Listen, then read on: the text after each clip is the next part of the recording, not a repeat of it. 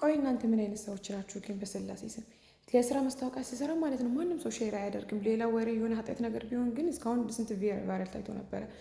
እኔ ምን አልኳችሁ? ቦንዳ አስገብቻለሁ በብዛት ለክረምት፣ ለህፃን፣ ለወንዶች፣ ለሴቶች አስገብቻለሁ። ስለዚህ ማታ 10 ሰዓት ተኩል ላይ ላይፍ ገባለሁ ብዬ ቪዲዮ ሰራ። ያ ቪዲዮ ግን ኢቭን ኧረ በስላሴ 100 ሰው ያያል። 100 ሰው እኮ ነው ያየው።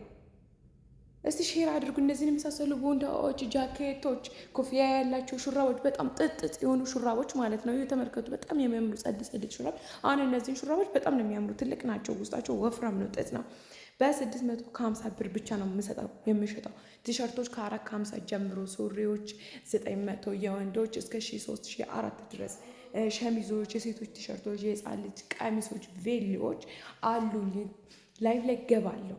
ዛሬም እንደ ትላንት ነው ላይቭ ላይ 10 ሰዓት አናቱ ላይ ገባለሁ። ከዛም ቀድሜ ልገባ እችላለሁ። ይህን ቪዲዮ ሼር ኮፒ ሊንክ አድርጉልኝን እንዲታይ አድርጉ። ይሄ ቪዲዮ ማለት ነው።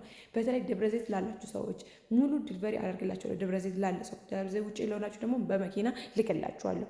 እነዚህን የመሳሰሉ ቲሸርቶች፣ በጣም የሚያምሩ ልብሶች በብዛት ነው ያስገባሁት ማለት ነው። ሼር አድርጉ ፕሊዝ።